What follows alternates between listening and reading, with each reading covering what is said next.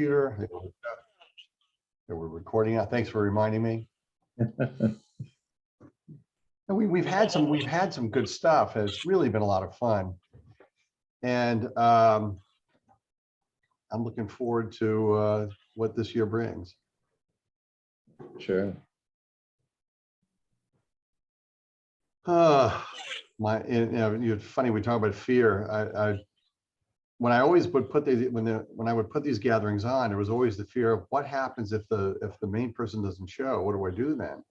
And we actually had that happen once, where the it was an Academy Awards lunch many years ago, and the person we normally use was very ill, and I think he had gotten to the point where he had forgotten about things, and so luckily we had a second person who was going to be coming with him, who pinch hit, and nonetheless the day was pretty good. So, but yeah, we've had. I mean, I remember one time we couldn't find an author. It turned out that she was stuck in New York traffic or something crazy like that. So,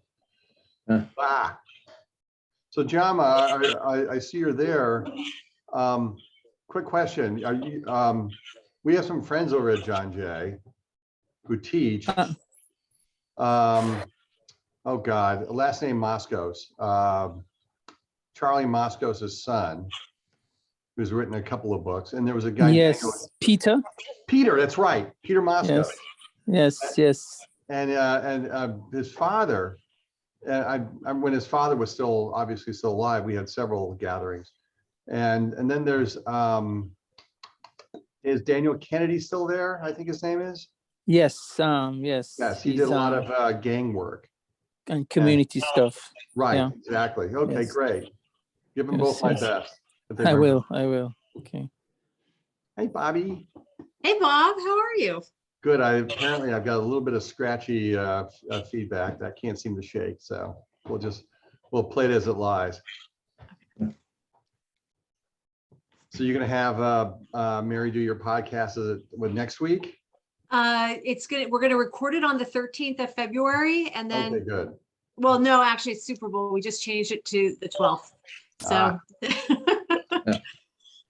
that'll be good. She's great. You'll love her. I saw yeah, her. so it'll drop the next week. So thank you very much. I'm excited about that. I'm there to help.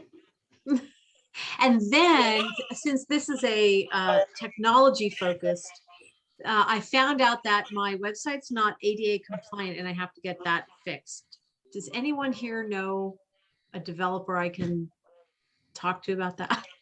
ADA compliant? No, John, you're Silicon Valley. Wait for a few more minutes. We should get a bunch of folks coming on. Have you been contacted by a nice lawyer, Bobby, or are you No, this is a preemptive strike. smart? Yeah, those unfortunately are hitting everybody over the last couple years. Yeah, it's a trolling situation. They have nothing else to do, I guess.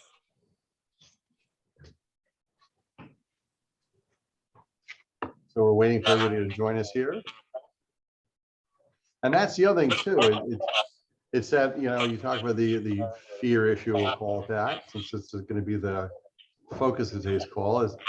I was like an expectant parent before these luncheons would get going, because I'd worry about this person. Where are these people? Oh, we're stuck in traffic in LA. Oh no, or for example, when we had one in San Francisco, it was right after a power failure in the city. It shut down 3/4 of the city. That was just a complete zoo. So here we are. All right. We'll wait a few more minutes. So here's what's coming up, and I'll talk about this a little more.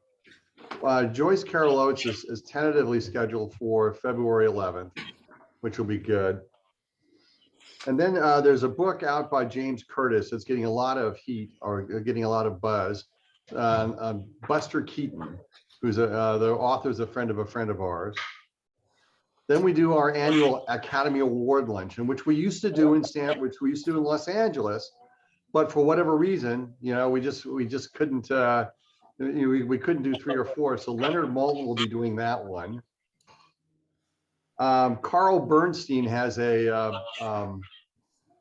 his memoir out. He's agreed that he's going to do one, and we're just figuring out the time. I think we're looking at March or something like that. And there's a bunch of other stuff that's in the pipeline, so to speak. And it's just a matter of just waiting until we get a date, we get a confirmation, and that'll be a lot of fun. And we're waiting for a few more people here, and we'll just kick it and begin. Quick question, Bob. Go right ahead. Well, I know there's nothing we can do about it right at this moment. I certainly am hoping you're planning to pull the trigger on some in-person meetings once that seems comfortable for most people. I certainly miss the immediacy of being in the same room with you and others and the authors. Yeah, I think we're going to do that. We're trying to figure out what that will look like. You know, some of them will be luncheons, or some of them will be just kind of a gathering.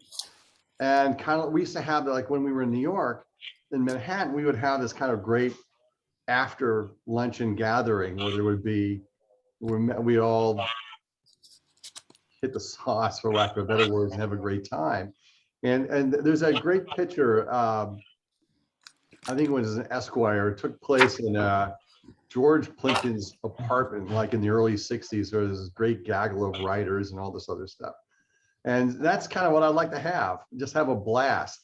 And we'll figure that out as we get there. And there's no solution yet, but it'll present itself, I think, pretty quickly. Let's wait a few more minutes. That's great to hear. I have started to attend some live music events and some other live events, and they all seem to have gone pretty well, including speaking events. And people are taking appropriate precautions, and some have been done as hybrid events. So those that still feel uncomfortable for maybe other specific reasons can also view the event. So, and I also think too, that we've been able to, I think, capture about 85% of the in-person experience online. And I think there's also stuff that we've been also able to capture that we couldn't capture. And to answer the one question Allison put, do we have a date for the Academy Awards session? It's early March. Right now it's maybe March 4th, but I'm going to try to push it back to the 11th because there's just a lot of stuff going on. And then what else? Oh yeah, one more. There's a good friend of ours, Laura Galloway. And Laura ran a media company here in San Francisco and New York. He was very involved in, Sam, you know her, very involved in TED. And my dear friend decided to leave the States and live in Norway for a number of years. I was in touch with her. And this is in Oslo we're talking about. This is above the Arctic Circle, where the temperature is as cold as one could only imagine. She was driven there for 2 reasons. She met a guy. And the other thing is she took a DNA test that suggested, which turned out, I won't give it away too much, that she was descended from Sami, the Sami indigenous tribal areas up there. So she lived there for 6 years. And it's an interesting story. I think it took a lot of courage. I certainly wouldn't have had that courage. And let's see what else we have here. Okay, here we go. We'll jump in now. And some of that background noise may be coming from me only because there may be an issue, but we're going to put everybody on mute, and then we'll begin in pretty quickly. So I'll just put everybody here on mute. There you go.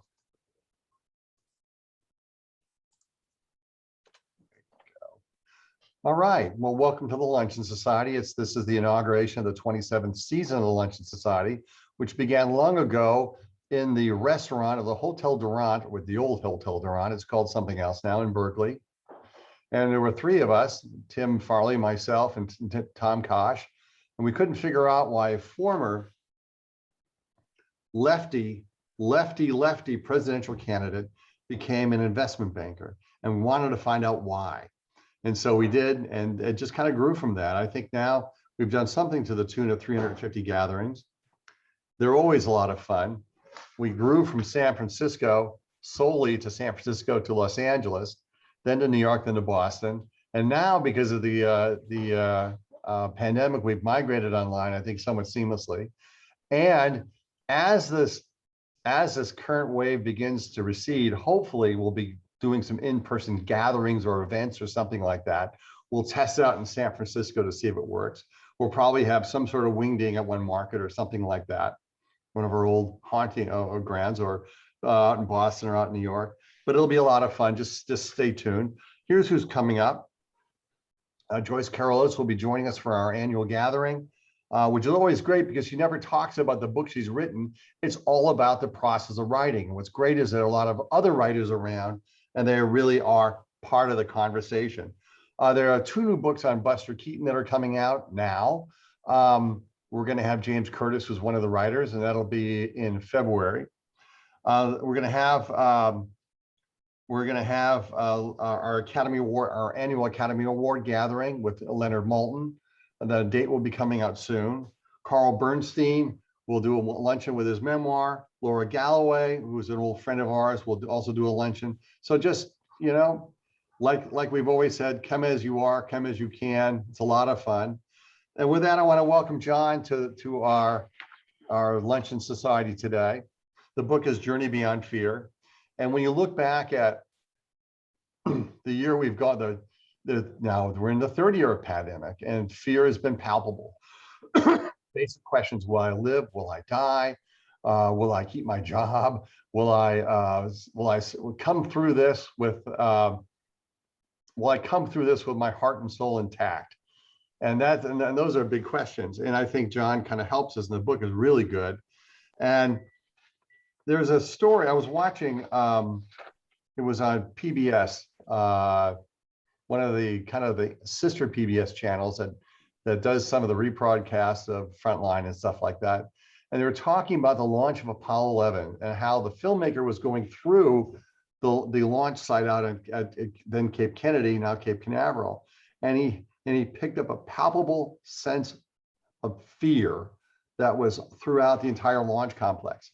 All of these guys worried that it would be their valve, their rocket, their nozzle, their whatever, that would cause this a series of cascading failures that would keep Apollo 11 from landing on the moon. And these are pros. And we've had a number of these folks who've joined us in the past, like Christopher Kraft. And one of the questions we ask: how do you deal with the fear of managing a program like this, not just in the Apollo 13 scenarios, but some of the other stuff? And his comment was, you just have to live with it. You have to embrace the fear, and at the same time, you've got to find a way to move through it. So with that, I'm going to give the floor to John. John, key it up, and from there it'll be Q's and A's. You're on, John. Great. Well, thank you. I appreciate it. Very much looking forward to the conversation here. It's but I'm going to start just by giving a bit of perspective on this new book that I wrote called The Journey Beyond Fear. I started writing it actually more than 4 years ago.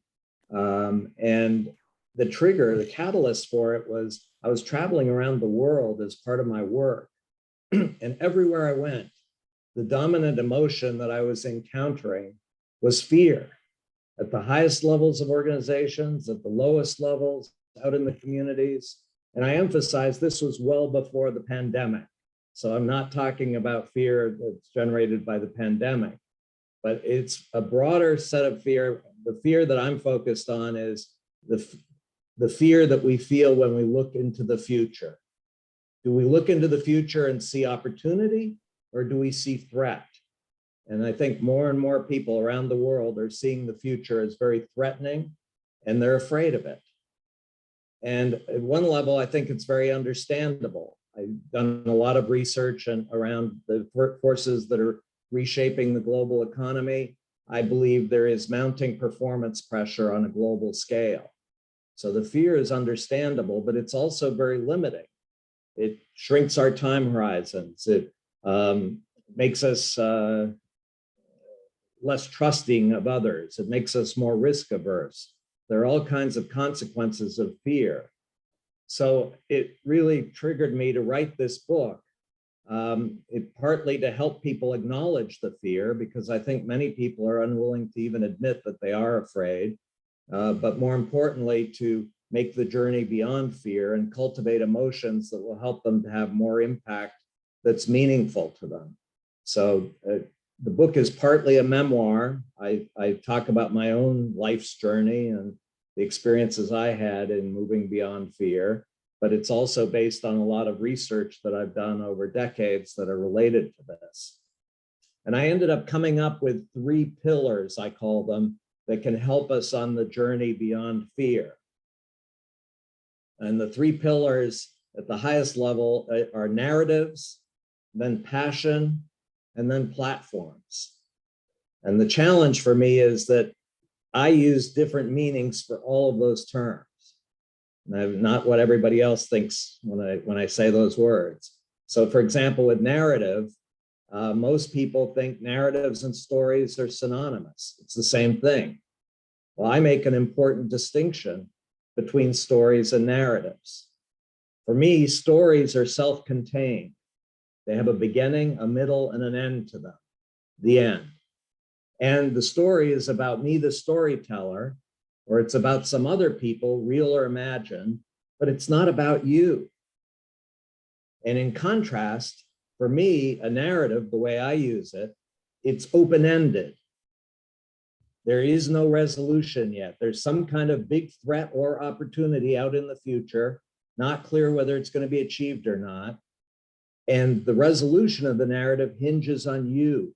It's a call to action to say your choices, your actions are going to help determine how this narrative plays out. What's it going to be? And I believe narratives can play a powerful role at many levels. It starts with our individual personal narratives. I think we all have a personal narrative. Very few of us have even articulated it to ourselves, much less reflected on it. I think institutions, organizations can have narratives. I think geographies can have narratives. I think one of the keys to the success of Silicon Valley was a very inspirational narrative. I think movements can have narratives. So it can play out at many different levels. But I think one of the issues today is that our narratives increasingly are threat-based narratives.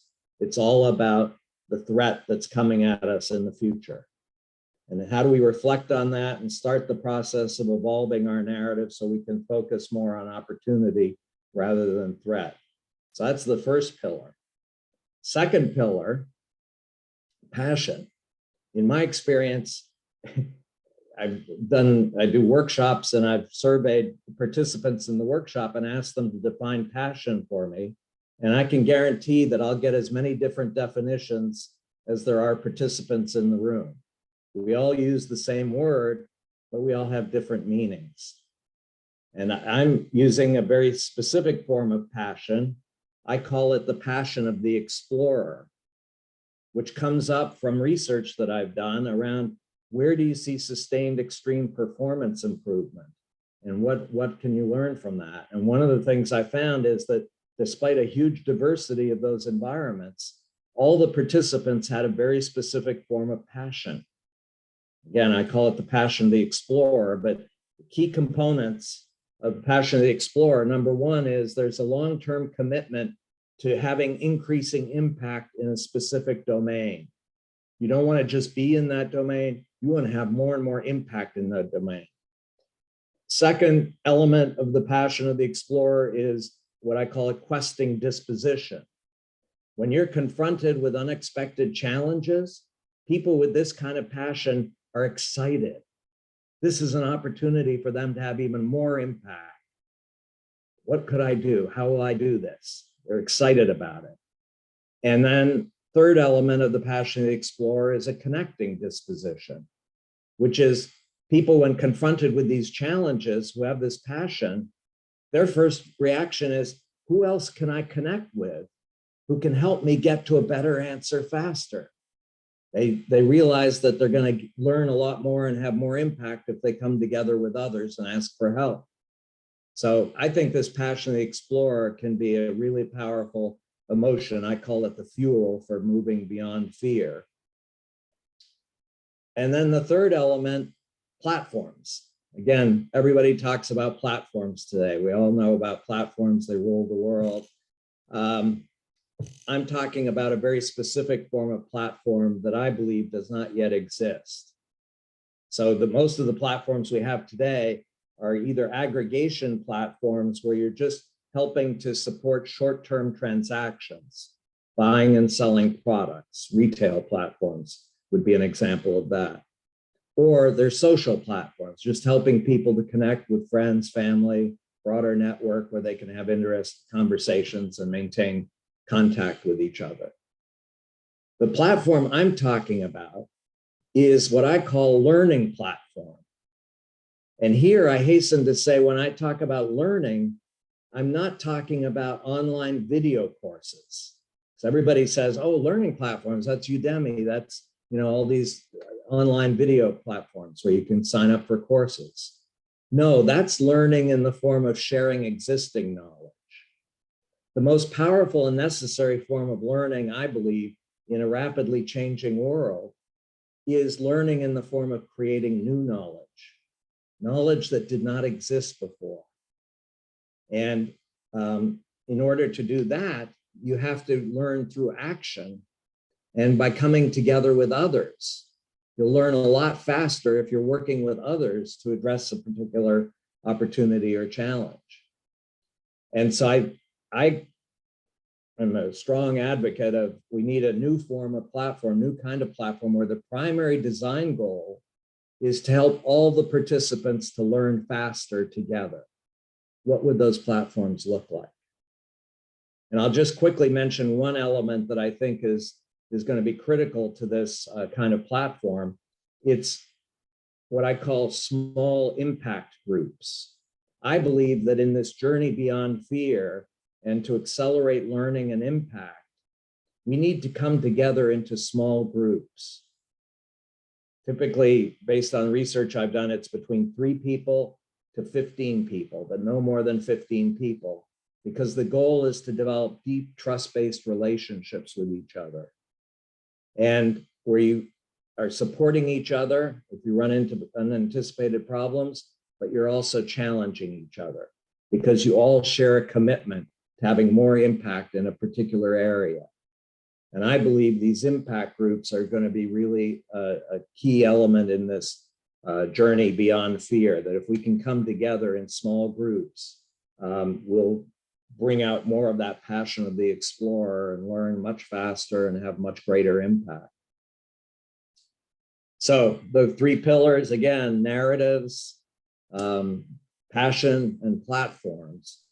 And I think that the one thing I would highlight here is that I started by talking about the world of mounting performance pressure.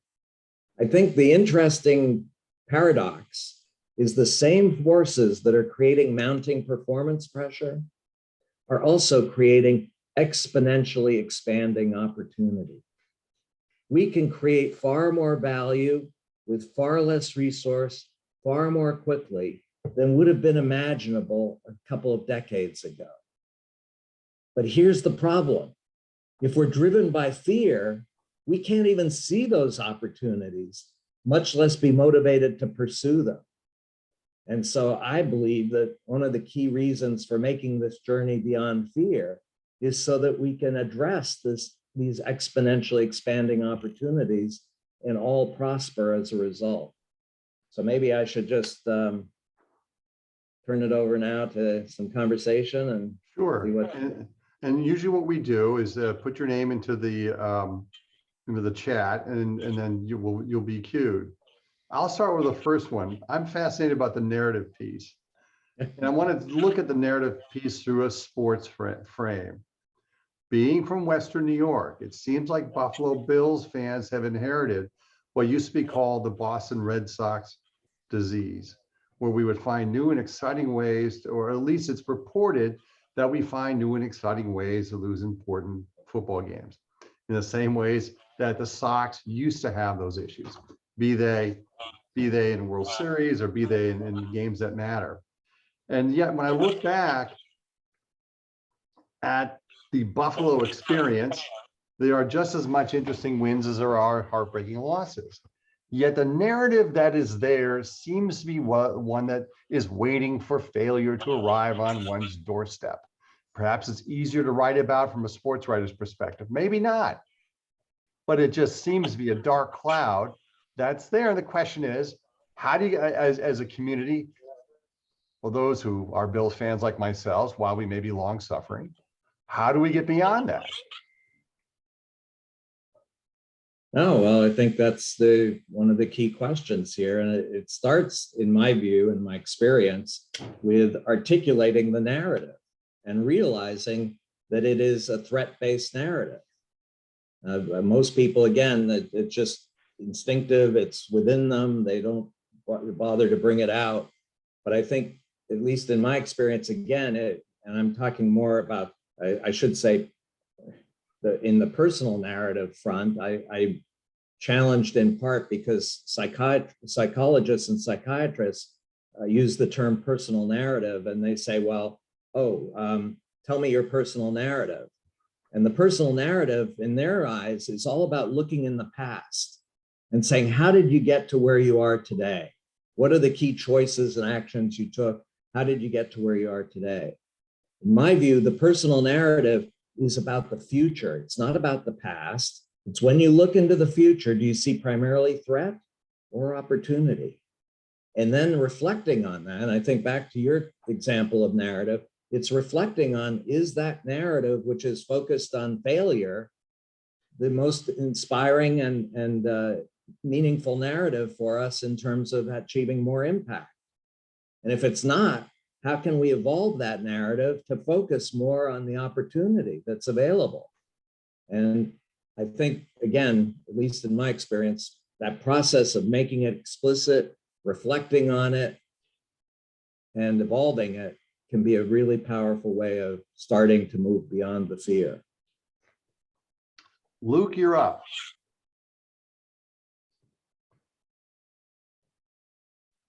Hi, sorry about that. Maybe this builds on your question, Bob. First of all, I really like the way you defined narrative and distinguished it from a story. It gave me a lot of depth in that concept to think about. So thank you for doing that, John. We've heard a lot about narrative lately over the last few years, and commentators tend to use it a lot. It's almost become a bit of a cliche nowadays. And I've started to, although I initially was warm to the concept of a narrative as something rich and growing as you just, and unfinished as you described it, I've started to become kind of suspicious that instead of it being something to inspire and mobilize, as you described, it's become a tool to manipulate people. And so I wonder if you could comment a little bit more on narrative and how it is used by whom and to what purpose, and, you know, anything nuances about that. Great. You know, again, I think the challenge is, as you said, everybody's using the term narrative. Most of the people that I hear talking about narrative are talking about it in the form of story. What's the story about how this happened, and you know, your explanation for how the world works? That's your narrative. No, to me, the narrative again is about the future, and it's about what are you focused on in the future, and that's really the key. And I believe, again, there are many factors that are coming into play in this. I think one of the key reasons there's growing fear around the world is that more and more in the political spectrum, all sides, I don't hold one side more guilty than the other. I believe all sides increasingly are embracing threat-based narratives. The enemy's coming to get us. We're all gonna die. We need to mobilize now and resist, or we're gonna die. What does that do? It feeds the fear. Oh my God, I'm gonna die. When was the last time we had somebody who articulated a really inspiring opportunity that if we all came together, amazing things we could accomplish?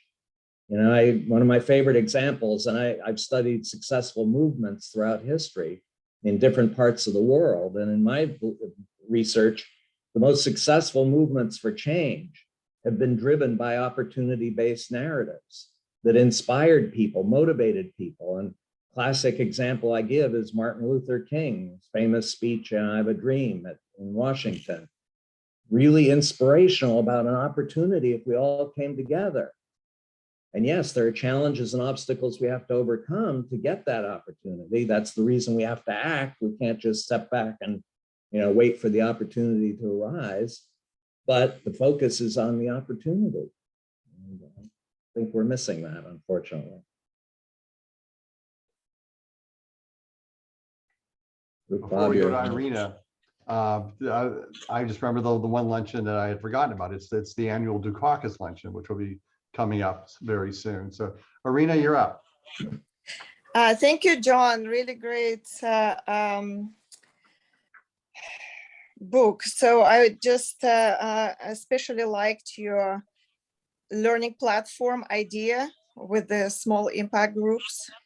So that's an excellent point, I have to say. So, but my comment or question is that I almost feel that we are losing the battle with learning. So, which in a certain way breeds that performance pressure, as you mentioned, which I totally agree with.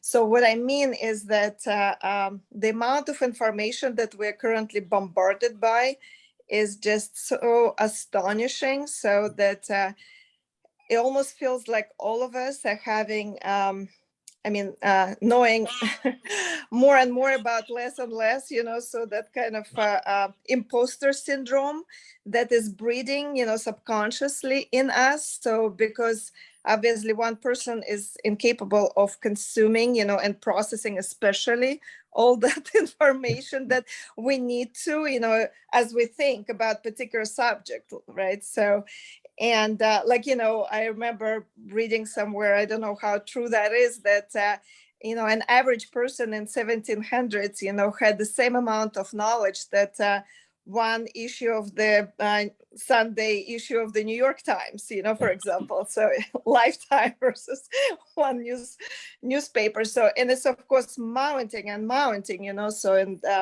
was that Socrates said that, the more I know how much I don't know, right? So, and it kind of, in my mind, breeds that performance anxiety because, as a normal person, so I feel responsible, right? So for the fact that I need to deliver, or I need to obviously have certain level of, expertise, so, and if I know that there is certain things that I don't know, I personally have that performance pressure. And, how do you overcome that, or what would you suggest?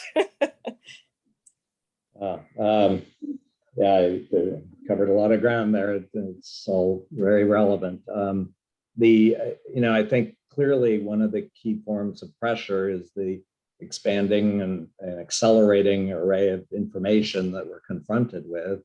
It can be overwhelming for sure. But I think on the other side, I talk about people who have this passion of the explorer. People who have this passion are excited about the fact that they don't know everything, that there's an opportunity to learn, that there's an opportunity to have even more impact than we've ever had. And I think part of the reason that so many people respond with fear to the explosion of information is because we have leaders who are articulating,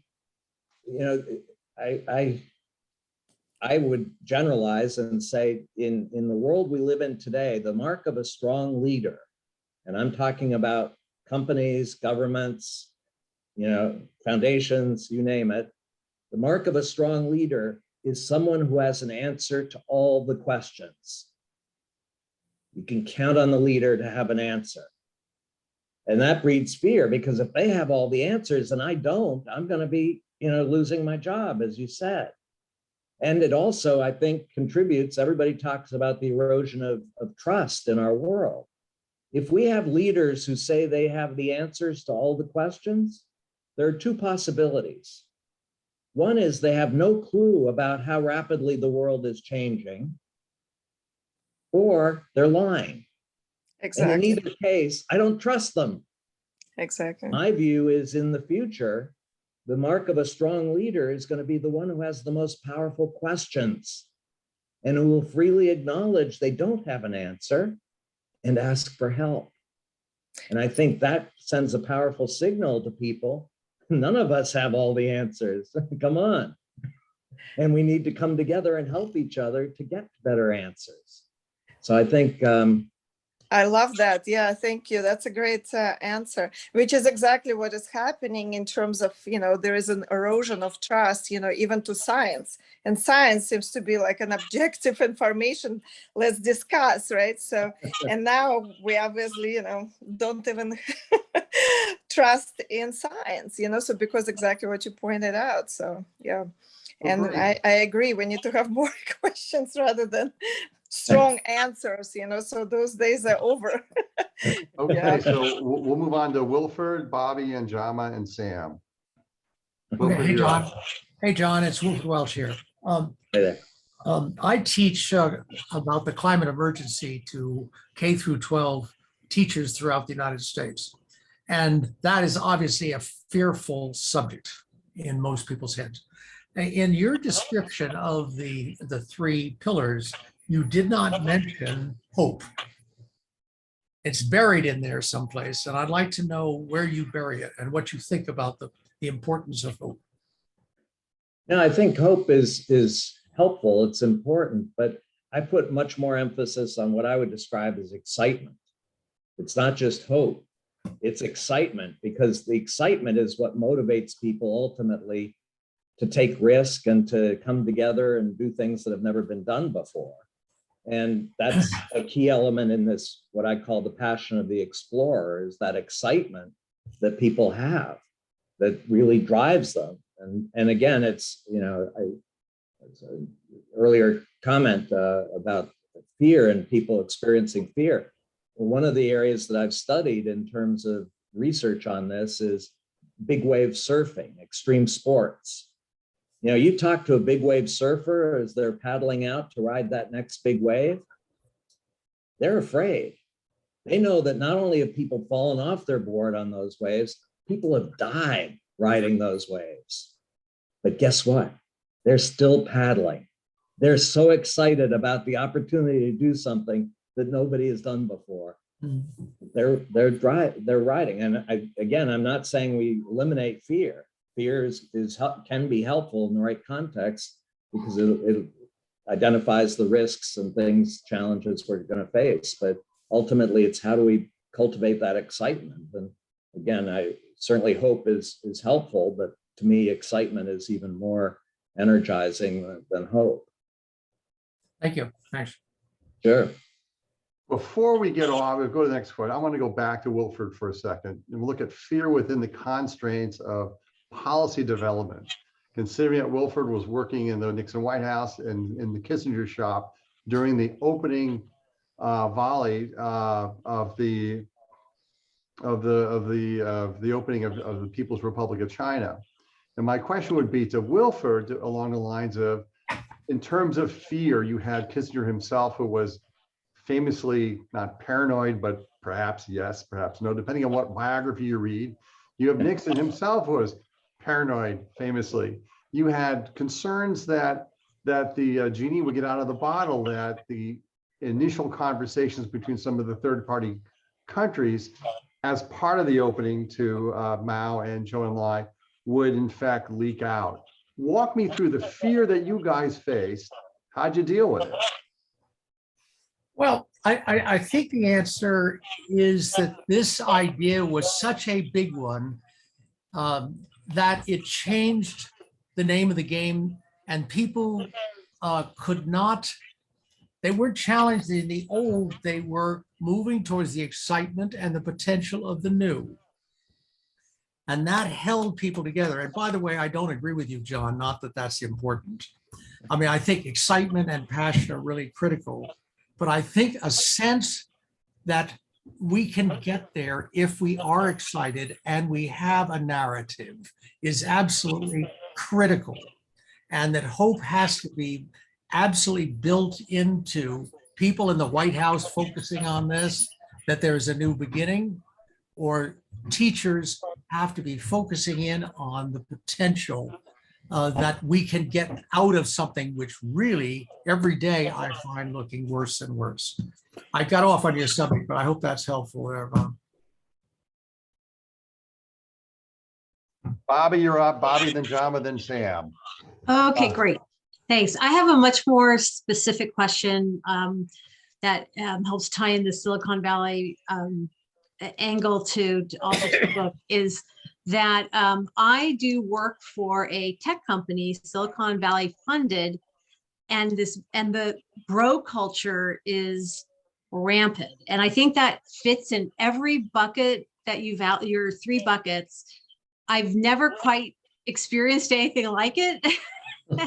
Especially after working with like Gloria Steinem to the 30-year-old guys that, that you have to just barge into meetings because they never invite you, even though you should be there. So can you explain about like maybe the growth of the evolvement of the bro culture and kind of what your thoughts are on that, and how maybe that's limiting opportunity by limiting half the population called women?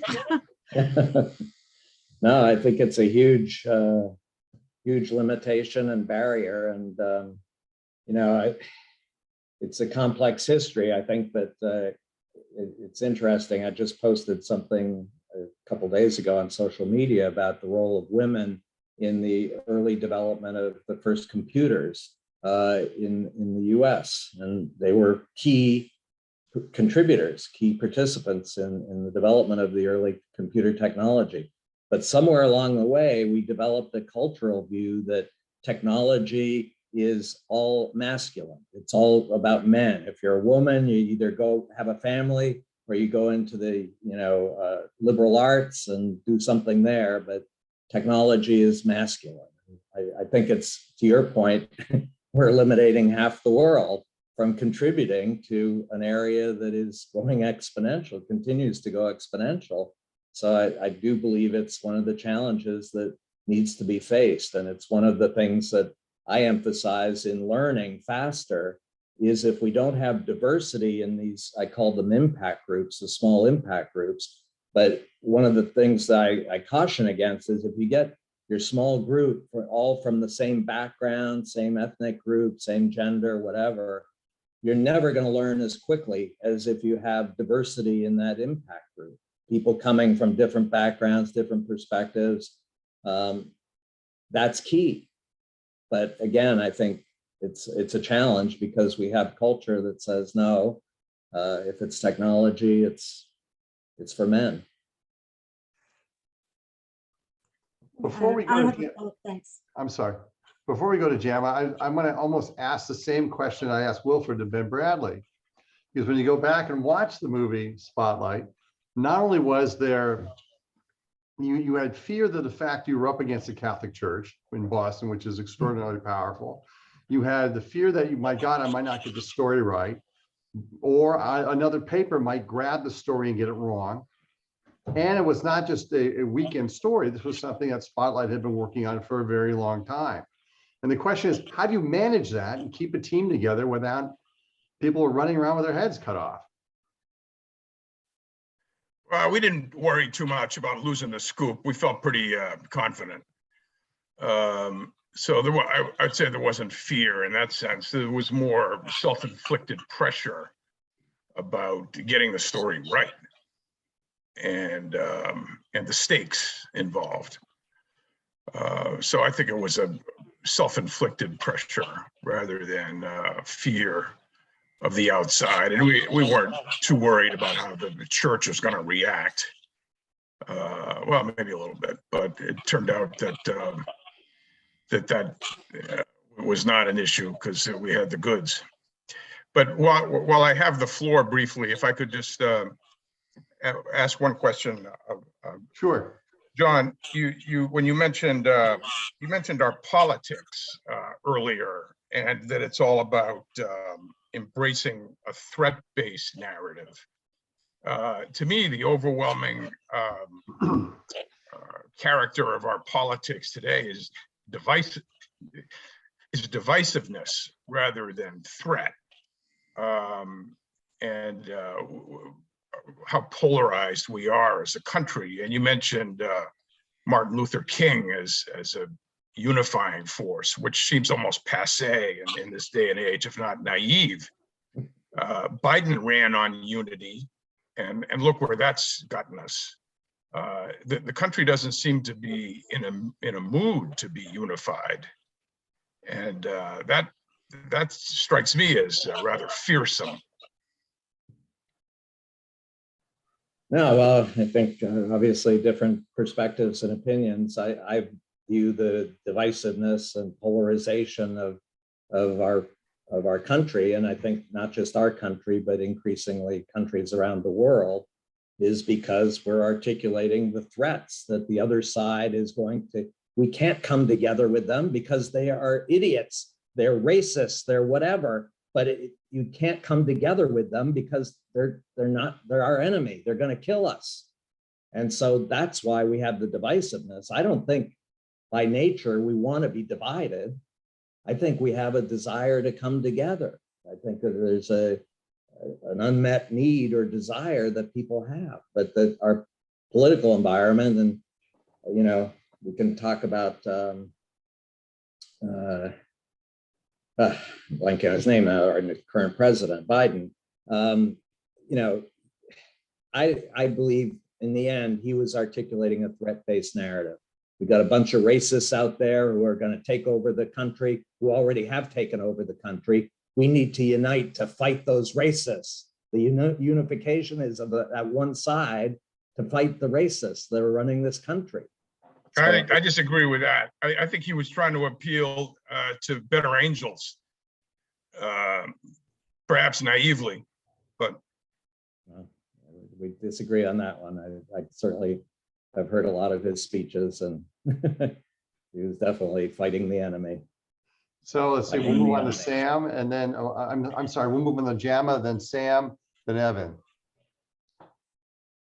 You're on, there you go, perfect.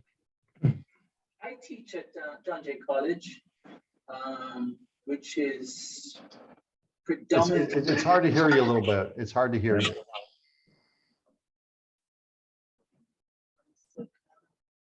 Okay, go ahead. I teach at John Jay College. Is that better? It's better, yeah. Much better. Yeah, which is a College of Criminal Justice. A disproportionate amount of our students go into law enforcement or human services, psychology, social work, substance abuse prevention, those kinds of fields. And it's a predominantly working class population, 56% women, and many of them the first generation to go to college.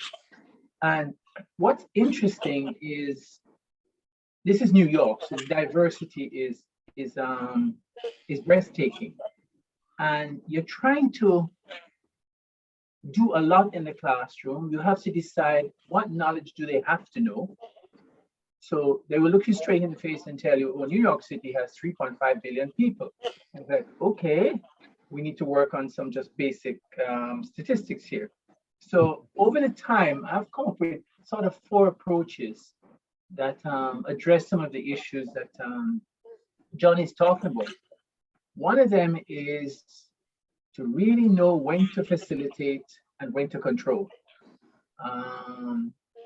You want to have students speaking up, and you want some sense of a shared knowledge base of facts, because many of them are students of color.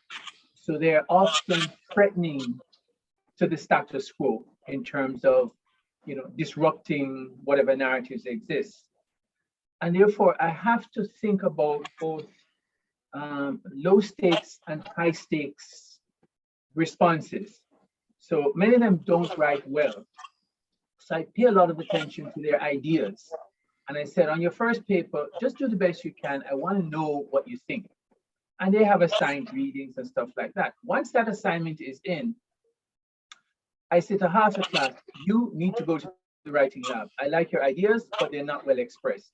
And when you sit at the seat of power, when you're trying to push an idea, you have to be able to push it in the language of those sitting at the table. So sort of being able to say anything goes in terms of ideas. And these are 19-year-olds, so they're very certain, even about the things they're not certain about, which is very refreshing. I mean, they're not as encumbered by history the way some of us are, and I think that's a good thing. The third thing is, therefore, you want a democracy of narratives. You really want to hear different ideas about how we take on the world.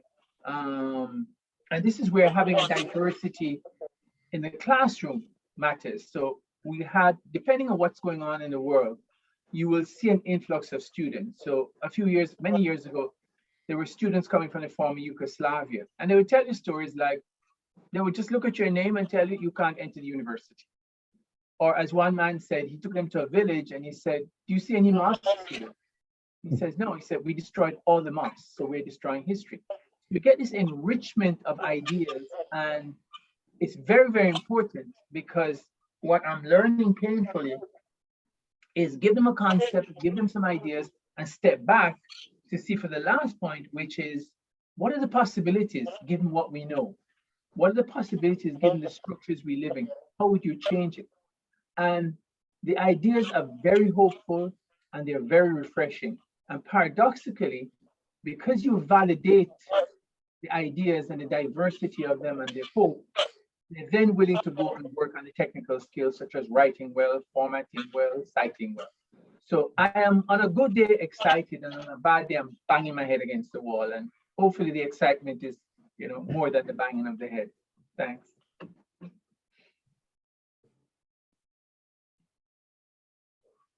So John, any comment on that before we go to Evan?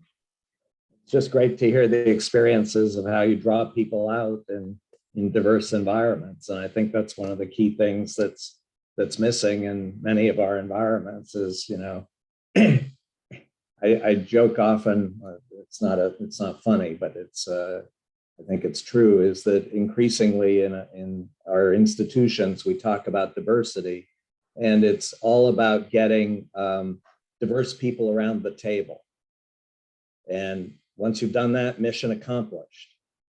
And no, my response is you've just started. The question is, what are those people around the table going to do to each other and with each other? And the message in many institutions still today is follow the leader. And typically it's an older white guy. Try to become as much like that leader as you can. That's the key to success. And I think, to Jama's point, that the more we can create ways of interacting where we're encouraging and drawing people out to express their diversity, not just hide it, but express it to each other, and increasingly have a sense of common purpose, that we're doing this because we're all trying to achieve something together. That's the key. So, So before we go to Evan's question, I want to explore something that was said a little earlier. There's a relationship between threat and hope, which in many respects, it often depends upon where you stand on the issue. One man's threat's another person's hope, and one man's hope is another person's threat. And I like to think that our threats are better than the other guy's threats, but that's neither here nor there. So when you look at that, especially within a political realm, if you look at, just look at the last election, one could say that there were, obviously I think Biden had more of a hopeful message. Certainly when contrasted to Trump's inaugural speech, which was just dystopian. That being said, somebody on a Republican side can look at the Biden message of hope and see it as a message of, see it more of a threat. And so how do you connect the dots between that? Because when you go back and look at Martin Luther King, in the period between Selma and his assassination, he was overcome by a number of more militant African-American folks, the Stokely Carmichaels, those guys. In fact, in many respects, King was finding himself in a situation where he and Dr. Abernathy were seen as not passe, but pretty damn close. So how do you reconcile one person's threat with another person's hope? No, it's an important point, and I think part of the, I would say opportunity versus hope. You said hope. I think the question is, are we framing an opportunity that's inspiring to more people? And I think, again, yes, some people's opportunities can be viewed as significant threats by others, but those opportunities, I don't believe, are going to be the ones that ultimately succeed. I'm a big believer that the more we come together, the more we're going to achieve together. And the key is to frame an opportunity that speaks to everyone, that excites everyone. And clearly there's huge divisions in our country and in the world, but I believe in the end of the day, we as human beings have certain desires and aspirations that are common across everyone, not just a small group or one side, everyone. Framing those opportunities, I think, is really going to be what's key to achieving a much more prosperous and successful future. Okay, Evan, you're up. Hi, everyone. Really cool to meet you, John. We actually have a bunch of affiliations and interests in common. One of your colleagues at Singularity is an advisor at my startup. So, so I want to somewhat dispute what I think is one of the underlying premises of the conversation, because I have a somewhat different view, and I kind of want to gauge your take on it. See if maybe you agree or disagree or have an explanation. Because I've been looking for an explanation for this for a long time, and I don't think I've found one. And that is that I'm not quite sure that I think that a lot of the issues facing today are about the narratives, but actually about the audience and whether the audience is receptive to it. Because I've been at talks with people like Jaron Lanier, who've talked about how all sci-fi is dystopian, and my friend Jason Crawford has been writing about like the philosophy of progress and how it's kind of deficient, and that's part of why people aren't latching onto it. But I'm not so sure, because when I look sort of back to a time when people talked about more positive narratives or hopeful narratives, I guess you might say, I don't think that we necessarily have fewer hopeful narratives today. Clearly, we know how to do it. I don't think that the relative strength of the narrative quality between the more dreadful and hopeful narratives that I see today are different than what they were, 50 or 100 years ago. In fact, I think that the hopeful narratives today, relative to the strength of the fearful narratives, are actually stronger. Like, I think the hopeful ones are more compelling, both on an absolute level and relative. What I think is different is that the audiences are less receptive to it. Because if you think about something like nuclear power, right? The story behind it today is a similar story to the one when it first came out. In fact, we now have half a century of data about its safety, and we know more about the urgency of climate change, right? So in theory, the hopeful narrative should be higher, but people are less receptive to it, right? There's more pushback. There's more fear about the negative consequences, even sometimes in the light of evidence. And I'm not really sure when or why the audience became less receptive to these narratives, or maybe more receptive to the fearful narratives, and they're just as receptive they used to be the hopeful narratives. Or maybe I'm actually wrong and the narratives haven't changed at all. And one other thing I've thought about, and with your work with Santa Fe, maybe you have some thoughts about this, is maybe the world has just become a bit too complex for people to grasp the narratives. Maybe people aren't exactly sure how the narrative maps into their world, because they're hearing everywhere about or noticing that things aren't quite as black and white or as linear as they used to be. And maybe the problem is actually the narratives are fine and the audience is less receptive because the narrative doesn't map onto reality as well as they feel like it used to. Or maybe that a more accurate narrative is too complex for us to sort of grasp with the way that we think about narrative. I guess that's sort of a bunch of different thoughts. Maybe that was a bit too much, but I'm kind of curious what you think about it. How many hours do we have to reply? Sorry. No, it's a great set of questions or issues. I think that the short answer for me would be, I believe we all have an aspiration and desire for hope as human beings. I I think we all have that desire. I believe to your point, why opportunity-based narratives are challenged, and I don't think we have as many as we had before.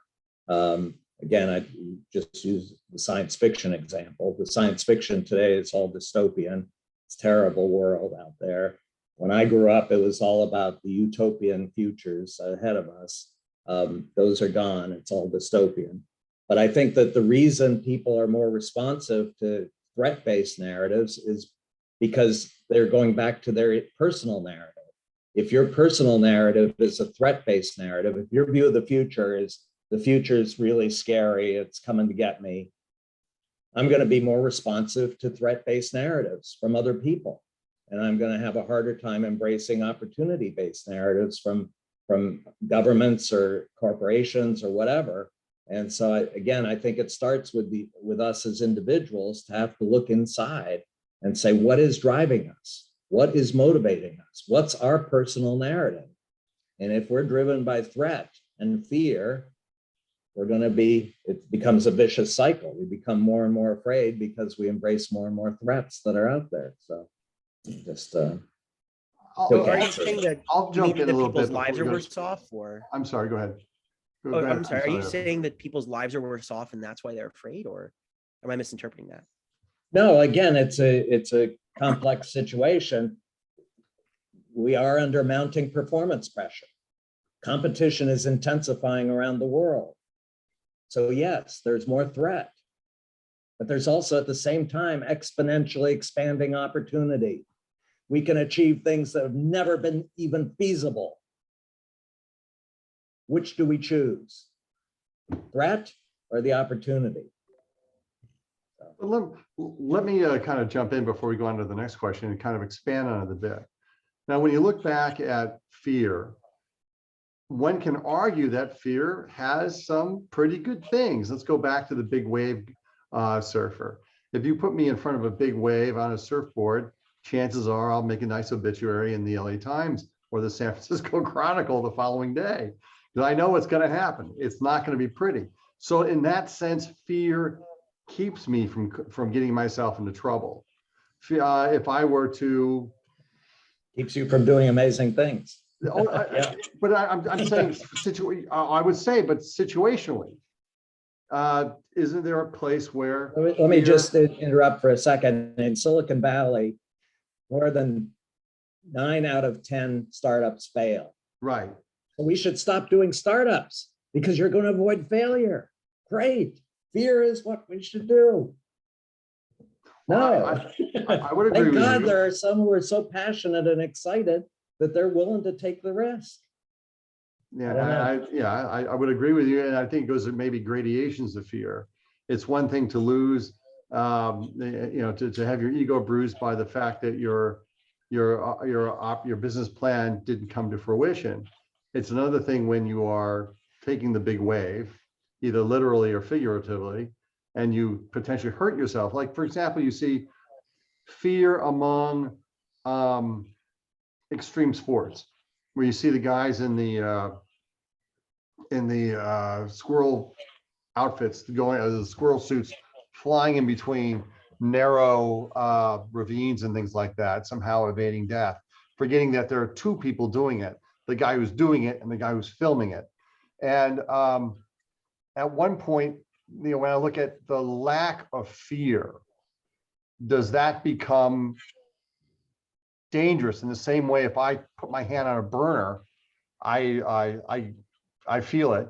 But if I lack those pain receptors in my hand, I could put my hand on the burner. I wouldn't feel it, but my hand would turn into a hamburger. So my question is, where do you find the balance? No, again, I'm not in any way suggesting we eliminate fear and dismiss it and go away from it. No, fear can be very helpful in focusing us on the risks that are out there. But on the other side, if we don't have the excitement and the motivation to move forward in spite of the fear, we're not going to accomplish anything. Okay. I have huge respect for the extreme sports people, even though in my view, they're kind of crazy. They're going to die, but they're driven to have do things that nobody's ever done before. That's impressive.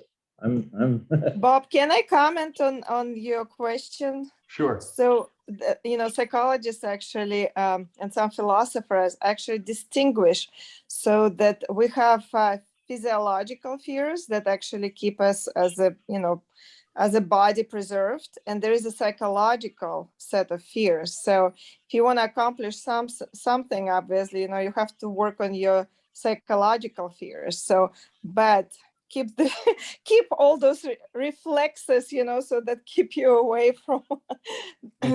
from your obituary, so to speak, which was very funny. So yeah, there are absolutely two different types that we will free ourselves, so if we get rid of the certain psychological barriers, and we will definitely preserve our life if we keep those biological ones, meaning, the body preservation, if you will, the vessel that holds all the above. And with that, we'll go to Allison, Jama, and Lee. Allison, you're up. Thanks, Bob. Hi, John. A very interesting conversation. I'm curious, having studied history, that a lot of what you're describing about narratives and negative demonization of the other side of an argument has been happening in politics since, the 1700s, 1800s. That if you look at the campaign literature, people were way more horrible to each other than they are even now, if you can imagine it.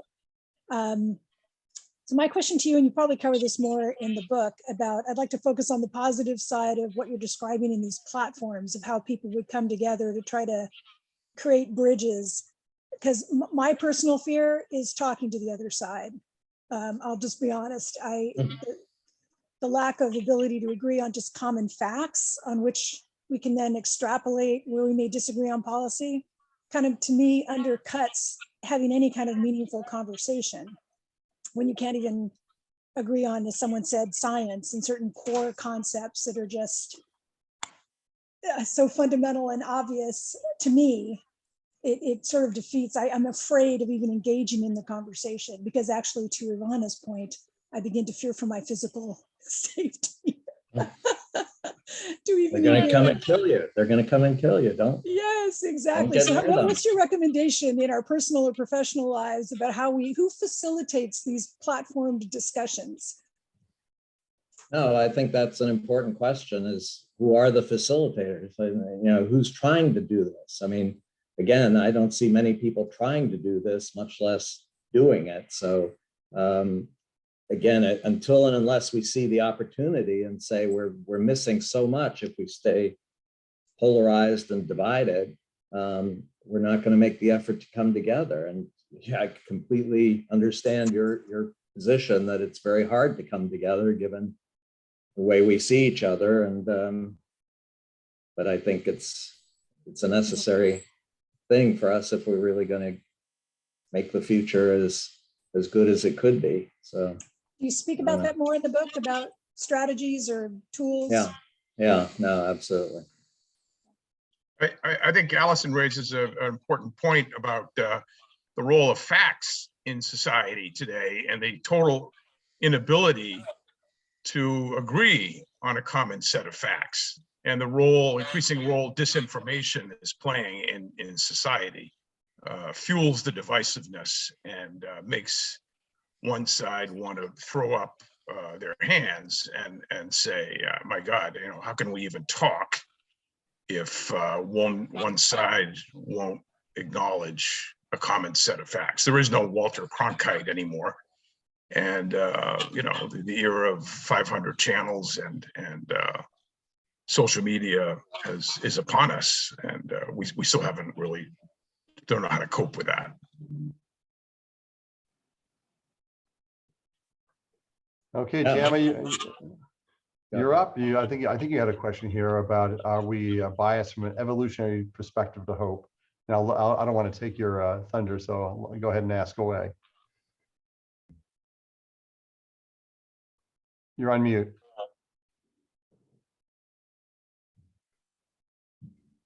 There you go. Going back to my students, many of them, the fear they express is that their lives will continue to be oppressed and limited.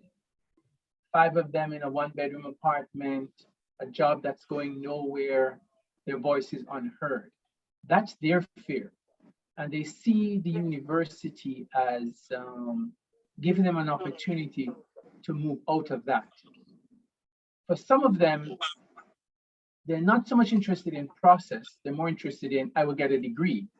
And I have to say, no, that's not quite the thing. The process is what's important, because you can get the degree and still end up in your mother's basement. So you got that motivation. I want to learn, I want to do better. And what I work with them around is a hierarchy of fears.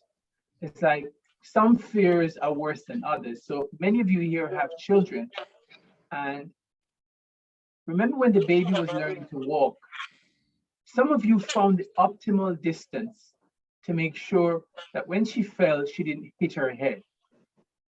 Once that didn't happen, you were fine. Others, you didn't want her to fall at all. And the problem with not allowing her to fall is that you're building up a fear of taking the risk of walking and falling. And trying to find that balance is what we do in class, because I tell my students, if you want to get an A in this course, you have to go beyond knowledge. You have to take chances and say something outrageous. I went to our honors program and I said, I am tired of reading these theses. They're all the same. They all have the same language and the same positions. I said, we need to give a WTF award. If you don't know what WTF is, ask your kid. I said, we're not encouraging them to take chances in a very safe place, which is a university, where you want to hear a diversity of views. Some of them are outrageous. I said, defend that. Bring me some facts. Make an argument. So we have these fights with a powerful cabal of students and faculty who want to ban certain speakers from coming on the campus. We had a situation where an army, you can guess the army, wanted to come and talk about moral war. And the students wanted nothing to do. I said, no. We need to sit down, do the research and the thinking, and come up with an argument to, first of all, understand that person's argument and then critique it. But we don't want a thing of where, as Alison is saying, we can't even talk. So you get a lot of resistance to sort of, with really nice people trying to moat the intellectual castle of not being open to new ideas. And many of you have hired these kids. They come, they can state the standard positions, and the minute you go left or right, or you zigzag, they have nothing to say. And that's what scares me, that we're not creating spaces where they can take chances. And I think it's very, very important for them to be taking chances. Thanks. Couldn't agree more. It's all about taking chances. Well, let's build on that a bit, but let's build on it in another direction, to the film industry. And see if I can get Carrie and John's comments on this.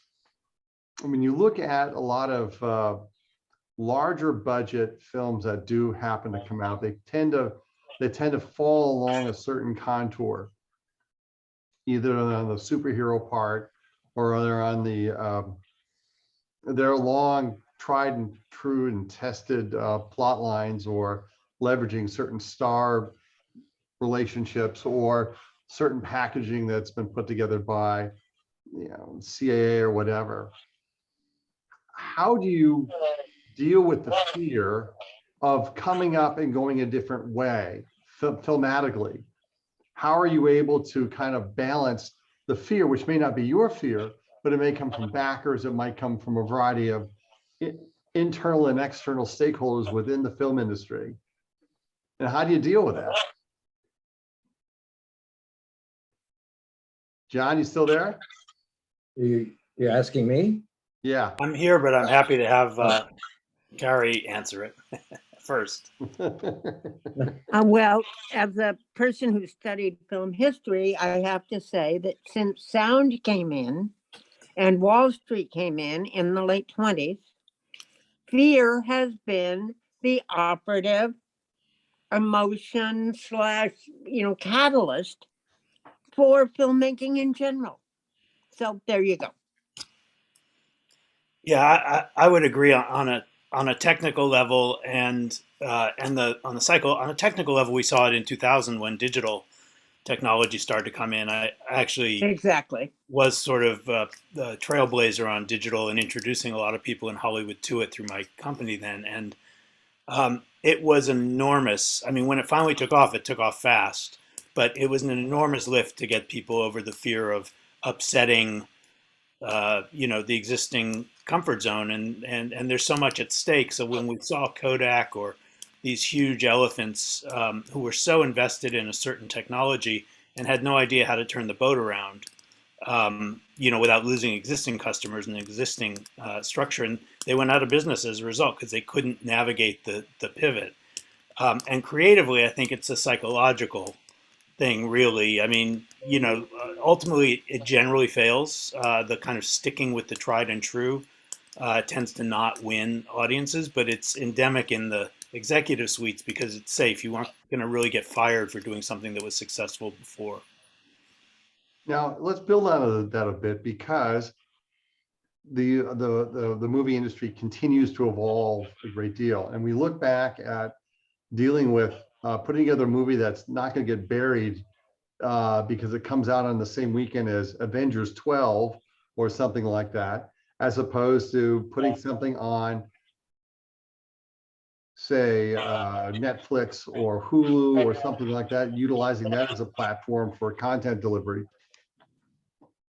Do you find there is more fear or less fear there, or more hope and less hope? No, Bob, don't even go down that rabbit hole. I mean, please. Excuse me, I'm constantly being told there can be no period films. Nobody wants films of Hollywood, yet 2 are in the works on Fred Astaire. Give me a friggin' break. I mean, it's just example after example about what total BS people are pretending is original thinking, okay? And on that, I will. Oh, I do have one quick thing to add, though, because one thing I have learned today is this phrase, the small impact group. And I did not realize I had been in one for the last year. Once a week, for an hour or two, people who are film people, a variety of different things that we all do. But the one thing that 15 of us have in common is we each have a lot of content. Okay. If you had asked us, we came together during COVID like a year and a half ago. We knew each other sort of.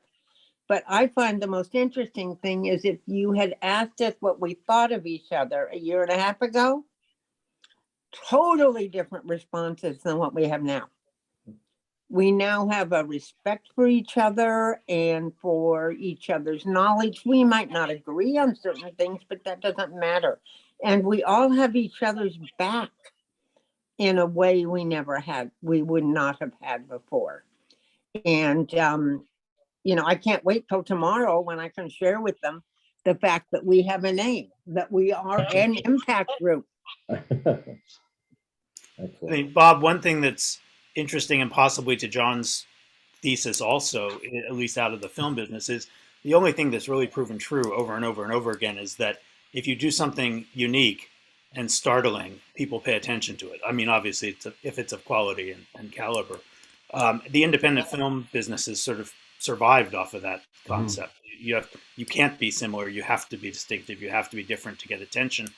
And it proves out even in the studio films too. And I think there's a curiosity that's implicit in that concept that is about people wanting to learn about stuff they don't know, about seeing subcultures they aren't familiar with, about learning about the other, if you will. And there's that curiosity does prove out over and over again in the film business over decades. Yeah, because I was always curious, and to that point, to step away from the independence, that the fear level there was a relationship between the fear level and the budget of the film. You have a big budget tentpole. Understandable, no? There was a lot of crapping of pants going on, not only on the producer side but the studio side. But at the same time, those folks who had a smaller film might, they had different fear issues, but they seem to have a little more hope because they weren't tied to, oh my God, what is the first weekend movie revenue look like? Yeah, unfortunately, the grass is always greener, right? It's you've got $200 million riding, and you're living in fear about every decision you make because you feel like someone's going to tell you blew it. When you have done a small film and you control it, you're living in fear that you're not going to be able to get eyeballs. Yes, that was, in fact, you beat me right to the point. Okay, we're at about 118. Pick your poison, right? Yes, pick your poison. And we have time for about one more question. Who wants to have the final piece of the pie here? Sam, you're up. I still do wonder if we don't sometimes misname things in ways. Just thinking climate crisis. Are we not constantly looking at that as a threat rather than an opportunity? Certainly, companies have done well in dealing with it as an opportunity in certain aspects, but as an issue among the climate deniers and everything else, does it not become a self-fulfilling prophecy because we're dealing with a threat all the time rather than an opportunity? Yeah, it's a broader conversation. I view most movements that we have today for change in the world are driven by threat-based narratives, and climate change is at the top of the list. I mean, we're all going to die. The planet's going to dissolve, and we're all dead. Versus, what if we could articulate what the world would look like if we could overcome the forces that are driving climate change? What would that look? What amazing world would we be living in? And animals and plants, and that's missing from the conversation. And I think, again, that can help people to really move beyond the fear and be inspired and excited about contributing to that. And how do I, join in? I do, You don't hear the stories of hope because you don't hear what the Bangladeshis have done about flood control. You don't hear how Sao Paulo, the interesting ways they've come up with it, managing flooding, where parks become reservoirs. You just hear doom and gloom, and it speaks to the fear that seems to sell much better than, these people came together, sat down, thought of it, and they've made some changes. So all of us here need to try to help to shift that particular narrative because it's so easy to.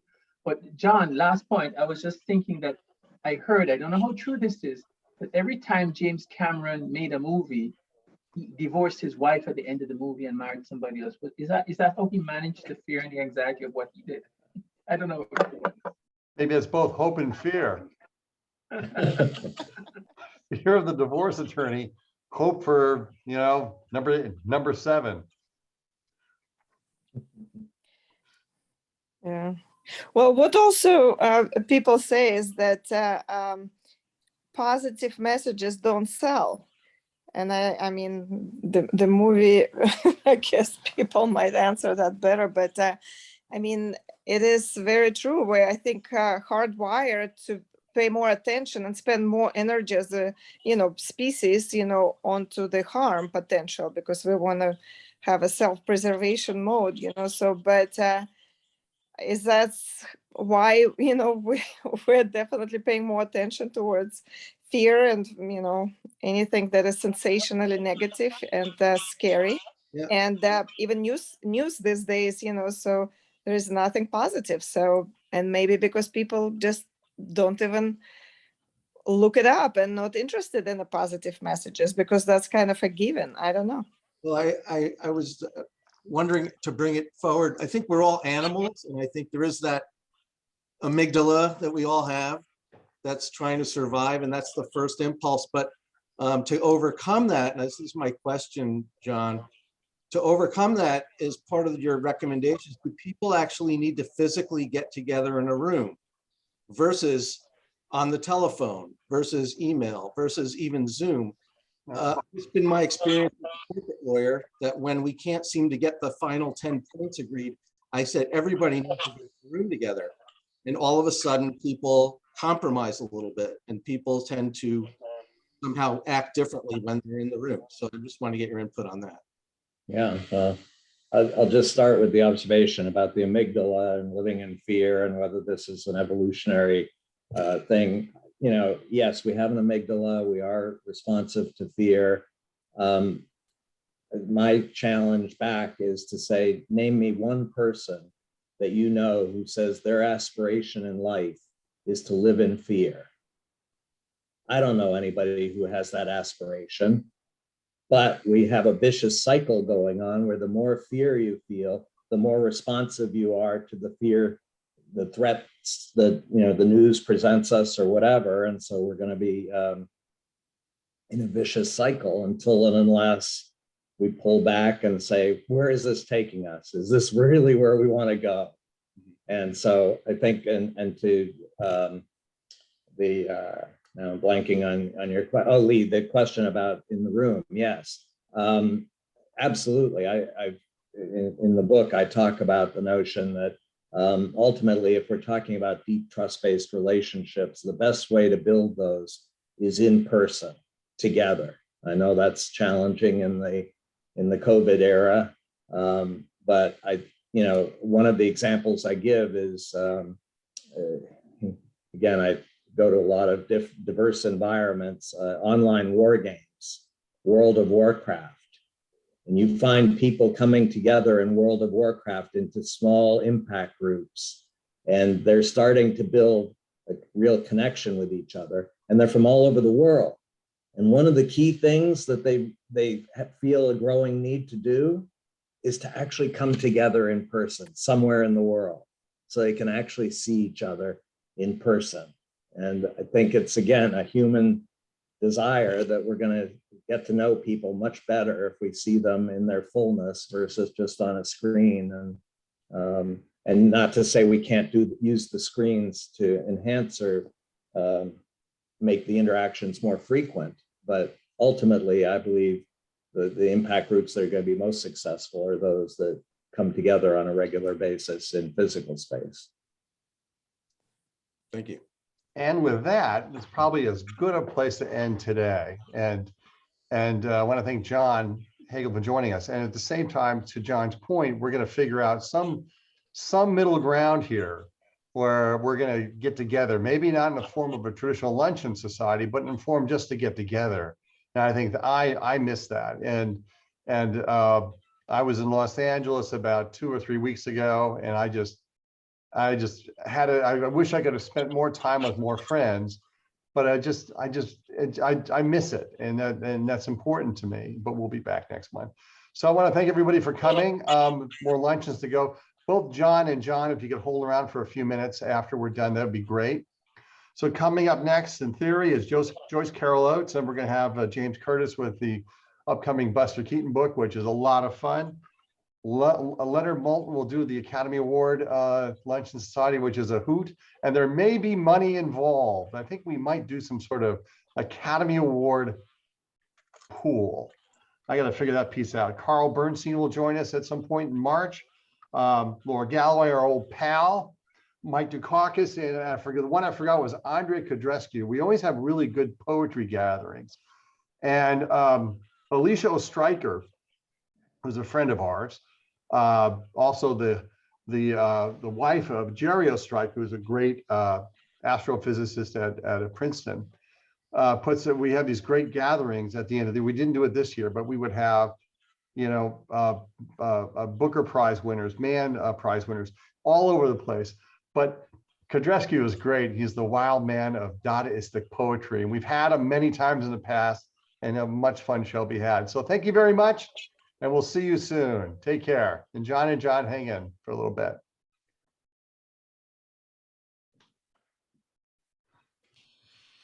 I'm watching to see if there's another John on the screen. Yeah. John Hagel, John Manlius. They're disappearing, and it's coming down to the two of us. By process of elimination. Hey, John, if you give me John Hagel, if you do me a favor, send me a quick your address so I can get the book plates out to you.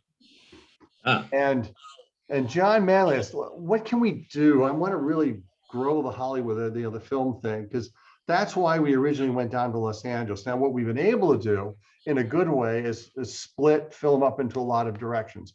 So we had Peter Bart doing reportage. We had Roger Ebert, which was wild. That was right after the 2006 Academy Awards at Michael's. And it was Right. supposed to be like a 2-hour dinner. And it was nuts because it would turn into, we closed Michael's down because they were all old, they're all aspiring actors. There were people who were, and I was sitting next to Larry Turman. And Larry's a great guy. And there were people who were slipping their headshots underneath the dessert plate. I thought, I can't believe I'm seeing this. This only happens in the movies. And then we had Larry Kazan on directing. We had Stephen Tobolowsky on character actors, and I'm a big character actor guy. So that Tobo's great. this is a good season, but it's almost over for you because people will participate kind of anywhere they can get eyeballs for Academy Award. You know. I know, but do you know Colleen Camp by any chance? Yeah. Used to be married to John Goldwyn, and she's an actress, but she's more likely these days working as like an influencer and pulling together influencer screenings and trying to help films get attention and things like that. I only say this because I'm really not that involved anymore, Bob. I'm really focusing on social justice stuff and NFTs at the moment and things. But Colleen or someone like that who is, could see this as an opportunity to get exposure the way you do with books, but around a filmmaker or a particular project or that kind of thing, I just think right now film is going through one of these strange tumbles, and not like when the studio system collapsed, because I think what's happening is that the content delivery system is collapsing. I think that I think there's a deeper thing happening, which is people are becoming just employees and not creative entrepreneurs. Because and I think there's a huge shift happening, which will affect the creative ecosystem and the creative mindset. Because except for a very few people, the streaming service, the mega company, bigger than the studios, has just made everyone into a work for hire person, and those are the deals they're enforcing also, so that on producers and writers and creatives who used to basically be to some extent their own bosses, they're now purely work for hire, and it's like an hour gig. It's like an hourly gig now. Because that's the thing. I mean, the question I asked, and I'm working with some director to see if we can bring him in, fairly well-known one, is how do you create a back end for Netflix? You can't. And you can't create points. They don't want you to, because their model is not based on actually how many people watch something, and they won't tell you. The aggregate of subscriptions. Yeah. And can the studios or can the theaters entice people to return? I think that will happen. I apologize. I have to sign off. John, you take care. Okay, thank you. John. That was a pleasure, and you've inspired me to try harder. Wonderful. Great. Thank you. Go ahead, John. Yeah, I think but it does enforce what people were talking about, Bob, which is the move towards bigger and strong. Because if you're gonna, go out, leave your house, travel, park, pay $60 for tickets, buy food, you're gonna go to something that forces you to go out and do it. That just says you have to. This is the kind of thing you have to go see. And so it forces these tent poles. That's what the theater business is going to be entirely about, really, except for a few outposts in a few big cities. Eileen, what do you think about that if you're still on the call? Because your father-in-law, your son's father-in-law, if I get that correct, plays a role in that. Are you still there, Eileen? Did we lose you? Yeah, maybe not.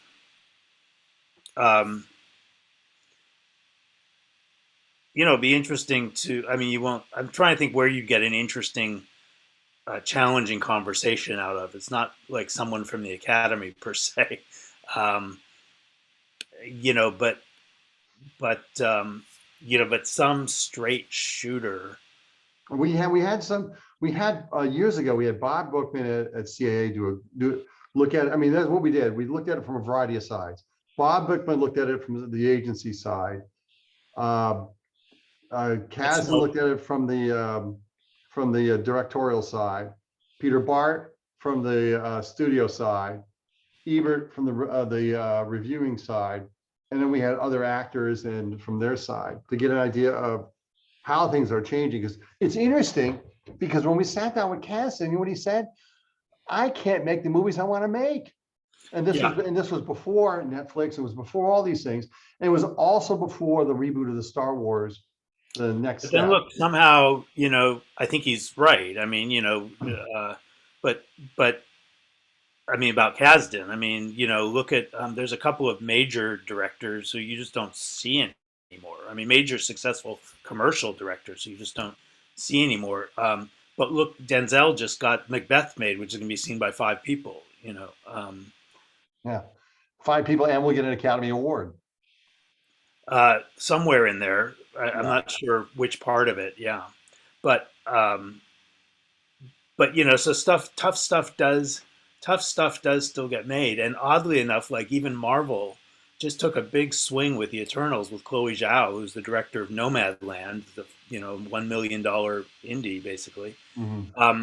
And she kind of violated, I think, a lot of what those fans want, but there's no question it was different, and they didn't shy away from that not being Iron Man, that not being. What happens when movies come and movie trends come and go? How many disaster films did we see during the 1970s? A million of them. And there's a Godzilla versus Kong that's out right now. I'm talking like not that. I'm talking the Airport 75, Airport 77. Right. And we had one with Lee Grant. She talked about being in part of. She was in 2 of them. Airport 77, and what happens to the theater industry when this goes away, and when at some point people will tire of the Marvel universe or DC universe, and then what are you left with? I mean, the old days of going down to a small theater in Berkeley to see some small film, that's gone, because I go on Netflix or I go on and biographies. Well, one of them, Amazon or Apple or somebody, although most of them aren't really putting out small films for the most part. I mean, they're putting out their own. They're all in the I own content business as opposed to the presenting content business. And so, unless Netflix buys something, produces something, it's not a platform for just good indies that are out there. You know what I mean? That try to find the platform where there's just good independent films. It's not the Sundance Channel or something, or what I grew up on, but when I first came to California, I saw the Z Channel in Los Angeles. Right. Which sadly went its own way, and the guy killed himself, and there was actually a very good doc on it a couple years ago. Yeah. But the other question is that there is a tsunami of content out there, which drives me nuts. I remember I think we're roughly the same age. And I remember when Love Story came to television, I was a kid. I must have been I was born in 62, so it came in 74. So the movie came to TV in 74, 75. So I'm 15 years old. Crime fell in New York. The water pressure during commercials fell in New York City because people were getting something to drink or they're going to the bathroom. But I was watching the latest Bond on, it was off of Xfinity or whatever it was. I paid my $19.99 and saw it. But we would walk away, or we would come back to it, or we would go back over. And I was talking with Alice Malton yesterday as we were getting this ready for her husband. And we were wondering, are we losing something? That communal nature of Jaws, sitting in a room with people, just going back to that example. But it's completely tied to the political topic you guys were talking about earlier, which is, the advent of the 500 channel universe, which is now a 5,000 channel universe or whatever, and the sort of siloization of it completely affected, television and film in that way. I mean, TV, we used to have the water cooler of 3 networks, right? I had a TV movie that played after the Super Bowl for a largely female audience. What was it called? Called Intimate Strangers, And it was the first time television dealt with a Vietnam issue, but through a love story. Right. Not a particularly great movie, by the way, but it was well programmed, and it did come at it well. And it was a 43 share. I walked out on the street in New York the next day, and 1 out of every 3 people on the street had seen what I just did in one night. That kind of thing doesn't exist anymore. Yeah. And that's, I think there is a loss from that, not, largely in terms of the, shared news and shared facts and all that, but I'm afraid it's gone. That's a gone. And I'm technology fascinated, whisked that away. and how things bubble up. For example, Only Murders in Our Building, the Martin Short, Steve Martin thing, Right. found an audience, which I think it would not have found had it been packaged as a 2.5-hour movie. Because Yes. you had to kind of get into it, and all of a sudden, then you had these 2 familiar characters who are friends in real life, very close friends in real life. And Martin Short was being Martin Short, Steve Martin was being Steve Martin. You kind of knew what you were getting, and the story was good, and it kind of, and you're able to build it. I mean, that to me, it fascinates me where that is going, because Yeah, I think the limited series piece, like the Kaminsky method and what you just talked about, the limited series approaches is something fresh. I mean, we've had limited series before, but they were like Chiefs or Space, or they were a kind of a bigger concept as opposed to a more Right. intimate concept. But I think the limited series concept. I'm working on a documentary about my high school class at the moment. What high school class was that? It was. I mean, it was. Well, let me just tell you first. I'm working on it, and we are contemplating it as a 6-part limited series documentary, just because of what you can do with that form, and that we think there may be enough cliffhangers and enough interest to play it. Yeah. I mean, is it kind of like the Class of '65 type? Remember the book? Yeah, it's like it's a little bit like 7 Up, the series of films. Yes, 7 which Up, I love. The Mike Lapton. We happen to be, we happen to be an almost homogenous white. There were two men of. It was an all boys school, 2 guys of color, 90 people. We were the last class that was a military. We marched and shot guns, and then by the end of our 6 years, we were in tie-dye shorts, smoking pot. And then we went through all the movements that our generations have gone through in society. And so it's kind of an interesting crucible, this class, looking at it. And they've all been in touch. We're on Zooms every month with like 30 guys, and recorded conversations that have been happening over the last 2 years. And so it's kind of, I don't know I have no idea. It's early days on it. You don't know with a doc until you finish it. But I do know that the format, whether you like the idea of it or not, that the format actually feels like there may be 6 great stories to tell that are quintessential American stories that you can dig into and enjoy for an hour, in the fabric of meeting all these guys and getting to know a class and getting to see how they play out over time. Wow. And that didn't exist when you were just putting together a 90-minute doc. And that's the thing. A lot of those docs you would have a private screening, you would be chasing festivals, and that's you would it. hope that maybe you would get some sort of award. What was that great line? The woman at the Academy Awards said that my dress cost more than the film. Yeah, right. And I forget who that was. And